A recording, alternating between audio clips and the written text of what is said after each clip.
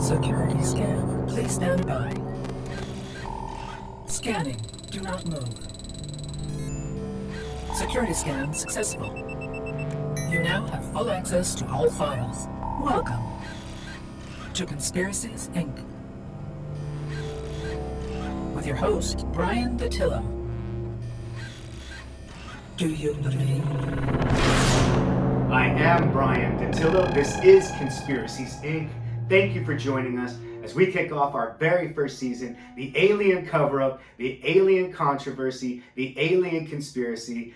And this is our very first Q&A episode. We do not have a guest today. As I told you before today, we are going to do our very first Q&A episode because I've been getting so many great questions from you guys on Twitter. It's Bryan_Dattilo.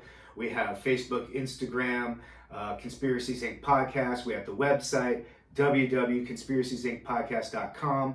And we're on Linktree. We're all over the place, basically. So we've been getting great questions, and I picked the top 10 questions for this episode, our very first Q&A episode at Conspiracies Inc. on our Alien first season, the Alien cover-up, the Alien controversy, the Alien conspiracy. Okay, so our very first question is, are you guys ready?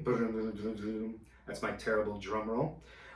Since your regression with Yvonne Smith, have you recalled more memories or conversations as to the reason why you were visited?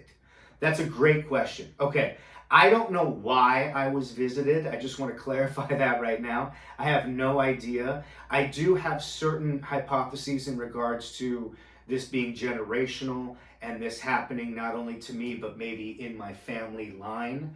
And I do believe that what happened to me as far as the genetic and the offspring and the hybridization and the taking of sperm and eggs, I don't have eggs, but they did take my sperm, that to me tells me that it is related to reproductive and generations, because I saw these half-breed children that I felt like they were mine. I felt like they wanted that type of connection with me. And I felt like the aliens involved wanted to see if I was able to do that. Was I able to look past the fact they weren't totally human and accept them? And I think that's what the test was. So in answer to your question, have I had memories or conversations as the reason why? I don't know. I know that I've had theories prior to this, but as to why after it related to conversations or memories, it's only made me want to dig deeper and try to figure out more answers. Now that I've had some closure and some answers in my own regression, it's actually given me more desire to go out and then seek more truth and find out more details about it. Because I also want to know, how consistent is this through other people's abductions and experiences? So for me, do I know why I was visited? No, I still do not know. Someday, would I require that knowledge? Would I require to be enlightened in that way? Yes. And I'm hopefully with future research and future studies, I'll be able to figure out why I was abducted and why this is happening to me and why it's happened before, I believe, because these children were of a certain age and all different ages. So it would mean that, yes, I was abducted previously. I don't know why I was abducted, but I know that it happened. So I am still searching for the reason why I was visited. Second question, which first question was great, thank you. Second question, do you think the visitors are looking for a particular blood type lineage to conduct human genetic health studies on how human traits are determined and passed down among generations? Yes, it's directly related to the first question. It leads me into this question. Great. I do believe that there is a certain lineage and blood type that they are looking to trace or looking to affect or looking to alter in some way. A couple weeks ago, we just discovered the human genealogy, 100% of it. Up until then, for 20 years, we've been trying to figure out the 1%. 99% of our human genealogy is discovered, and we share 99% of it. However, there is 1% that was undiscovered for the last 20 years that recently was discovered. And they classified that 1% as alien, meaning it was not of this planet and it was not of a known species of this planet. So basically, they've admitted that the 1% of our genealogy that completes us isn't human. So what does that tell us? That tells us that maybe they're not only one type of alien that has altered our genetic outcome, but maybe multiple types of aliens that have altered our genetic outcome to produce who we are today. Why are we so different as humans in our traits when we share 99% of the same genealogy? Well, it's because that there is 1% that is not human.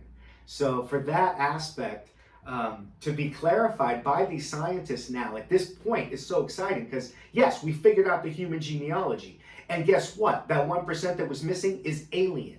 So for me, judging on all the different types of humans and all the different types of traits that we have according to our environment, it would be also linked to our hereditary. So hereditary environment, I believe, is almost a 50-50 thing. You can't have one without the other.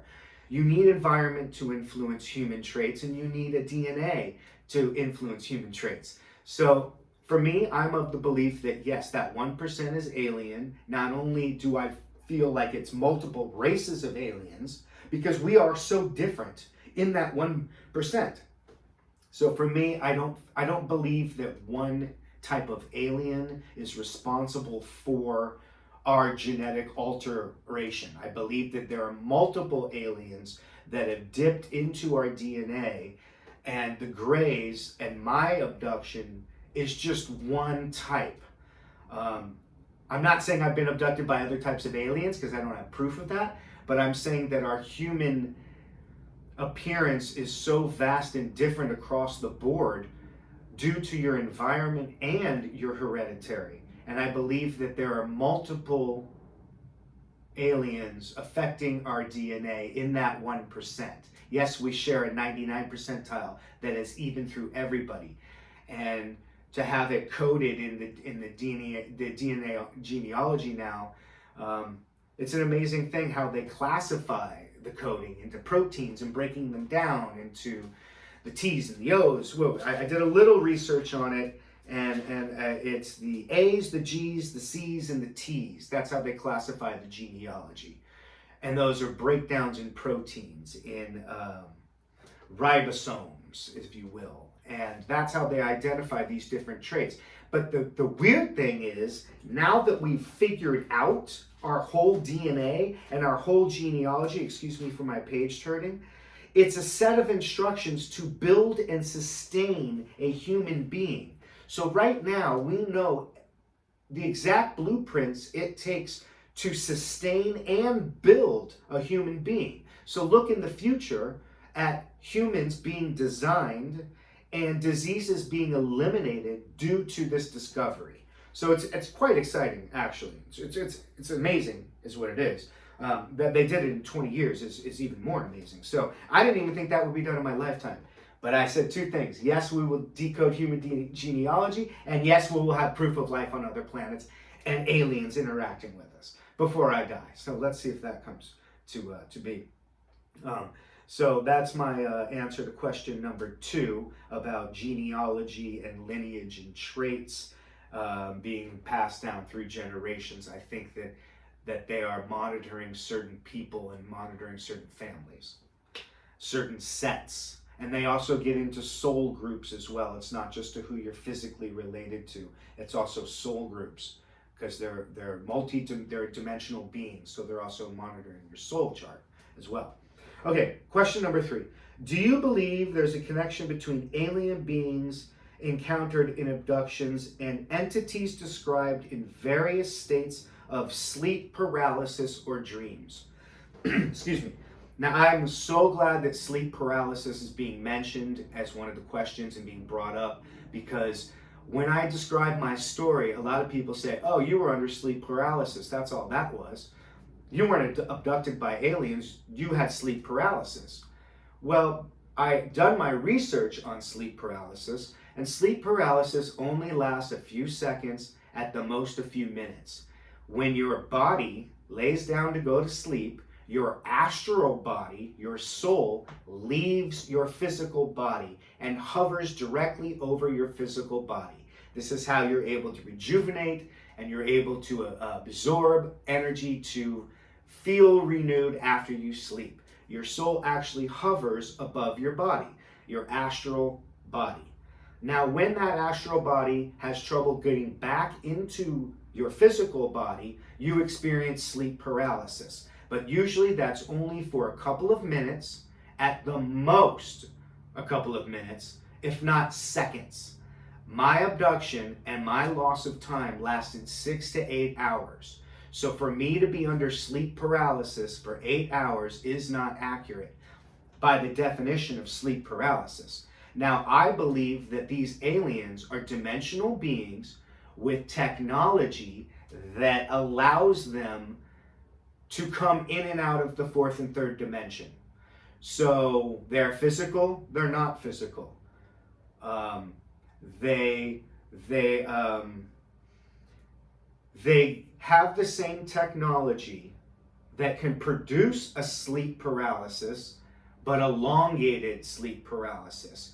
But it's done on their part. It's done with their technology, and it's done through their telepathy. They're able to get into our nervous system and shut us down. So we don't have control over our body. We just have the interior dialogue of describing what's happening to you, but not being able to control what's happening to you. That is not sleep paralysis. And sleep paralysis does not last 8 hours. Sleep paralysis does not allow for loss of time. Sleep paralysis is a temporary state that lasts a few seconds or minutes, and that is it. So to people who say I was under sleep paralysis, I would say maybe I was in the form of the aliens having technology to keep me there, and not only to keep me there, but to put me there. I call it being zapped. So I was zapped with this type of technology that produces a side effect similar to sleep paralysis, but it is not sleep paralysis. Very, very, very good question. I wanted to clear that up for a while. Next question, number 4. Lots of countries have UFO sightings and abductions. Are there any countries, excuse me for the page turn, that release all alien encounters to the public? Now, again, I did a little research on this because I think the questions are great. Anytime you get questions, it makes you do research. So that's why I love doing the Q&A segment, because it makes me dig further as well, because I want to answer your questions. I want to have answers for these amazing questions. And I do. There's a top 10, actually. There are top 10, excuse me, more page turning, top 10 lists of countries that report UFO activity. I thought this was very interesting. Africa is number 1 of all places on the planet. They have reported the most alien activity. We get to Asia next. Number 3 is Australia. Number 4 is Europe. And number 5 is also Europe, but Europe is broken down into 2 separate parts. There's Europe 1, Europe 2. I think that's just dividing so many different places in a small area. So Europe is number 4, and also Europe 2 is number 5. France, Canada, and Switzerland come in at number 6, reporting alien activity. Portugal and Brazil are number 7. We have Spain and South Africa coming in at number 8. The UK is number 9, and guess who's number 10? The good old US of A. A lot of these countries do refer to us with alien cases. So a lot of cases that occur in Mexico or in South America are directly sent to the United States for evaluation to the US government. In fact, there have been a lot of alien plane crashes in Mexico, and the first people the Mexican government call is the US government. So the US government, that does fall under a bit of South America and Spain, which come in at came in at number 8. But for US to be at number 10 tells you that for such a big country having so much activity, for them to be only 10 tells me that the cover-up is more prevalent in our country than other countries. So when you look at Africa, Asia, Australia, and Europe, and France, I would say those are your more liberal, accepting countries. Portugal, Brazil, Spain. However, the UK and us tend to be under a certain hush-hush mode. Otherwise, I don't think we would be so low. So great question. Caused me to do a little research, which I love. Okay, question number 5. Did you have any trepidation about starting your podcast, considering the subject matter? Did I have trepidation starting the podcast? Yes.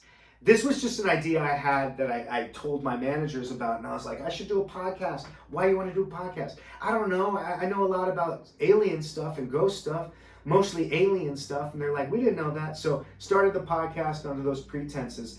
But once I told them why I did my research, and I told them that I did believe that I was abducted in 1993, of course that sent them over the top, and they insisted that I do the podcast after that. But I did have to have a little reality check with myself, because I knew that people were going to judge me. People judge me anyway, and I don't care. People call me crazy. Bryan, you're a little off. I've always been a little off. You know, growing up in special education, being a little off is my thing. But to go through something like this that's happened to me and not share it, to me seems worse than me coming out and saying it and being judged. So for me to keep quiet about it, I really didn't see the logic or the sense in that. And, you know, for people to say, oh, you're just doing it for the fame and the money, I haven't made a dime on this. I'm doing this for the realization that people know that it's happening to people like me and to maybe people like you. I was looking for camaraderie in this. That's why I'm doing the podcast. So for me to look past my own personal thing and my own personal fears about being judged or being classified as a crazy abductee went out the window, because I just feel like there are people out there who need to hear it, and that's worth it for them. So yes, I had some trepidation. Was it enough to stop me? Hell no. Hell no. Not going to stop me from doing this. So there are times when it came out at first, when it hit the fan and people were like, dude, you're crazy. I was like, oh my God, what did I do? But I'm glad I did it, and I'm glad I'm continuing to do it, and I will continue to do it. So there it is. Great question. All right. Number 6. Are you fearful or uneasy you'll be abducted again? Am I fearful that I'll be abducted again? Yeah. I do get up in the middle of the night and do a lot of UFO looking, because I'd rather see them coming than them beat me to the punch. So yeah, there are times when I get up in the middle of the night and I look for UFOs. And I have recordings, by the way. In the future, in the next couple episodes, I guarantee, remember I said I would offer you proof. I am going to give you proof in the future. I have videos I've been taking in my backyard that are being reviewed by MUFON right now, and I want to just make sure I get all my P's and Q's lined up before I present them to you. But yes, I plan on giving you guys proof. I know that coming out as an abductee wasn't going to be proof enough, because you could have an alien ship land in the middle of anywhere, in the middle of Times Square, and people would say it's fake. So for me, I know it's going to take more than me just saying I was abducted to prove it to you guys. But I'm okay with that, because I am getting proof. So don't worry about that. We'll have that for you. Do I feel uneasy or fearful about it? I don't know. I'm uneasy more than fearful. But to quote one of my mom's abductees, I'll never forget this. My mother, who will be on a future guest on the season as well, will describe her Nordic abductions. And I'll never forget when she said to the Nordic doctor who she said she saw before, she said, I know you, I've seen you before. And he said, yes, you've seen me before, and you will see me again. So I know that there's a pattern to this. I know it's not a one-time thing. So I'm uneasy, yes. Fearful, yes. But if you do your homework enough, maybe I could have the tools I need to get through it when it happens instead of breaking down emotionally like I did last time. Okay, excuse me. Number 7. As abductions seem to run in families, I love how these questions spill into each other. As abductions seem to run in families, have you warned your young daughter Delilah about the possibility of her being abducted? Okay, first of all, I'm in a podcast alien room in my house. My daughter comes in here all the time. She knows Dad goes out and looks for UFOs. She knows that there are aliens, or she knows that I think there are aliens. My son is older. He's 22, and I've actually told my son, I've warned him, because this is when my abduction started. When I was 21, that was my abduction I was put under hypnosis for. I do believe I was abducted prior to that, but for my son being the same age as I was when this happened to me, when I realized it happened to me, I did warn him, and he is warned. And I do tell him that the Word of God has power against it. So, yeah, I've prepared him the best way I can through education. I don't ever want to lie to my children about anything, even though it's far out like this, whether it be my nieces, my nephews. I tell everybody that it's a reality, and I tell them to look out. I don't want them to be fearful, but I don't want them to be naive or ignorant to it as well. So it's worth it to me to present it to my children as a truth that they shouldn't be scared of, because in the future, I believe it's something they're going to have to face. So not only do I believe it's going to come out in my lifetime, but it's going to be extremely prevalent in their lifetime. So I want them to have all the tools they need to know the truth. So yes, I've explained to them the possibility about them being abducted. Even my daughter at 7 and my son at 22. Great question. All are great questions. Question number 8. Número 8. As you believe you've been abducted more than once, what do you think the chances are you'll be abducted again or targeted again? Like I said, I believe that the chances of me being targeted again are extremely high. That's why I am on guard. I believe that the more research you do and the more digging you do, you become a more attractive target. I believe that they're able to sense, whether it be through telepathy or whether it be through tracking or some kind of device that is able to pick up certain waves. If you have a history of being abducted, you're being monitored. And so be prepared for that, I would say.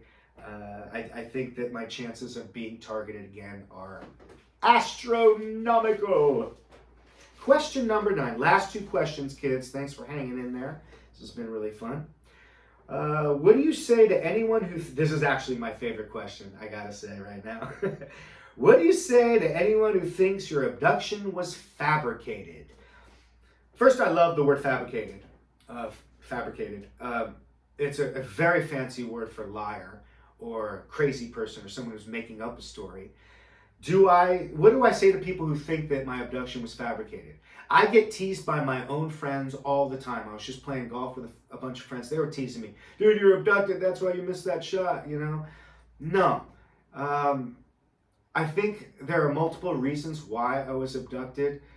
To people who say that I fabricated it, like I said, you could have a UFO land right outside of my door right now. Aliens could get out, knock on my door and say hi and leave, and everybody would question it. Even if 20 million people saw it, they would say, oh, that was a setup. Oh, that's a fake UFO. Oh, that wasn't a real UFO ship. Those weren't real aliens. So the human mind is designed to reject this at all costs. I understand that. That is why I'm doing this. This is my purpose. I look for people who call me crazy. I look for people who call me a liar, who think I fabricated the whole thing. What would I benefit? How would I... It's only hurt me to this point. It's cost me money. It's put me in a category that people look at me odd in. I've been judged. I've been told I'm on drugs. I've been told that I'm an idiot or a moron, or that it's sleep paralysis, or that I got it all wrong. I still get told when I provide evidence to MUFON that it's drones out there. I know it's going to be a tough road to sell. But I'm in for the long haul. I don't care if you guys don't believe me. I know what happened to me. I did not want this to happen to me. I am not proud of the fact it happened to me, but I'm not ashamed of the fact that it happened to me. And I know I'm not the only one. So if it's worth it for me to come out and be classified as a weirdo for the sake of others to know that it's real and it's okay, I'm all for it. So judge me all you want. I will have proof on this show. I will have amazing guests that have proof, that have had experiences, my own experiences. I can only present you as much as I can.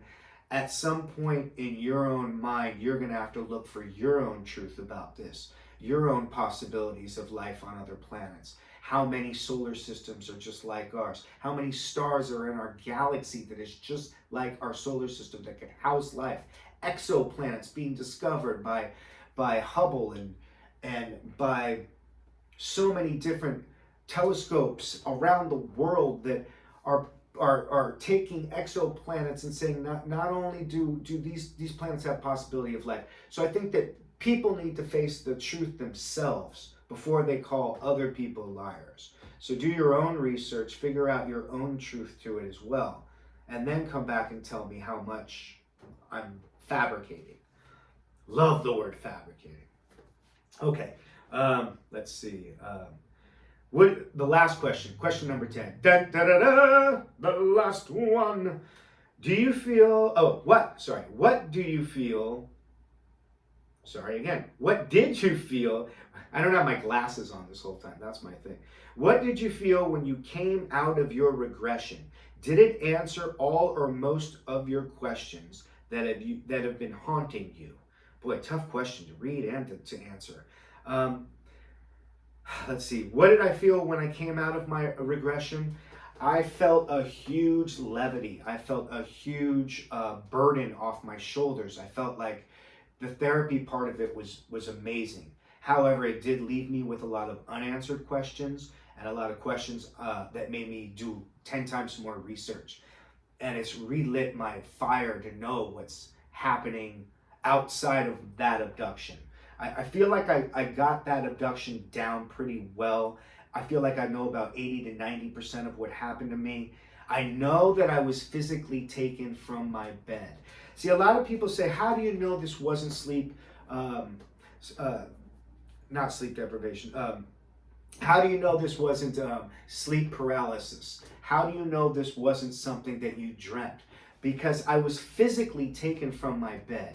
I physically felt the coldness of that metal table I was laying on. I physically felt the arms of the hybrid child. I physically felt the pain, the emotional pain, and the physical pain of being put in situations I didn't want to be in. I remember when they came around my bed, you know, they were translucent when they came into the room, but when they came into my room, they were physical. So, and they had to get me around my bed. That was physical. The tight area they escorted me around, taking me outside my door, taking me outside my physical body. So yes, I do believe it was a physical thing, not an emotional dream. A lot of people say it was probably a dream. No, it was not a dream. The loss of time, the similar that when I called my mother and she had the same exact thing to tell me, the similarity between that was just too much to be just a dream. The physicality of it was too powerful. So what did I feel when I came out of my regression? I felt like I was verified. I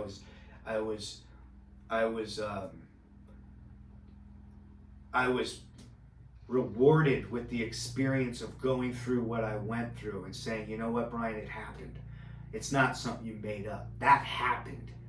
And you figured it out and you got to the root of it. Great job. There was closure there, but also the reality of knowing that it happened is scary and overwhelming because you don't have that in the back of your head to say, maybe it was a dream. Maybe I did make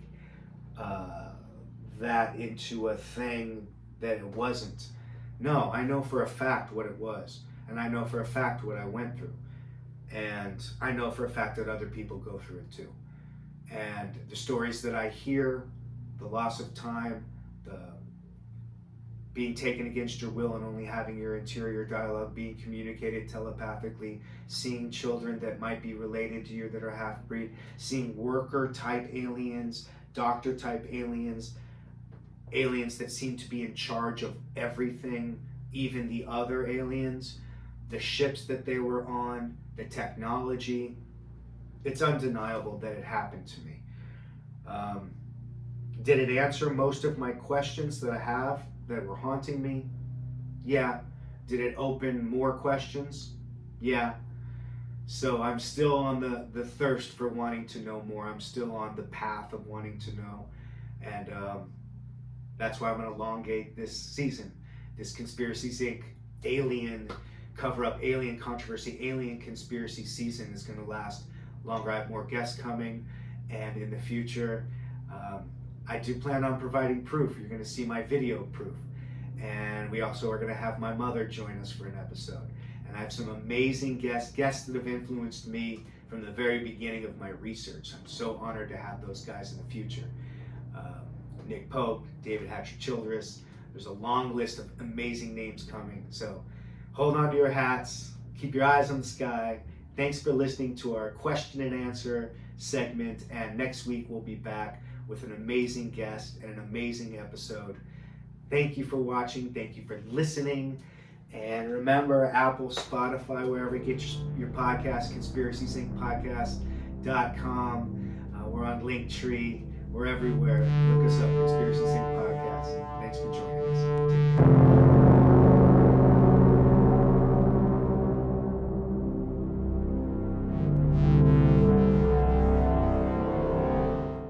You can find us on Apple Podcast, iHeart, Spotify, or wherever you get your podcasts. You can also find all of our social media. On Twitter, it's Bryan_Dattilo. And on Linktree, that address is @Conspiracies Inc. Podcast. Thank you for joining us.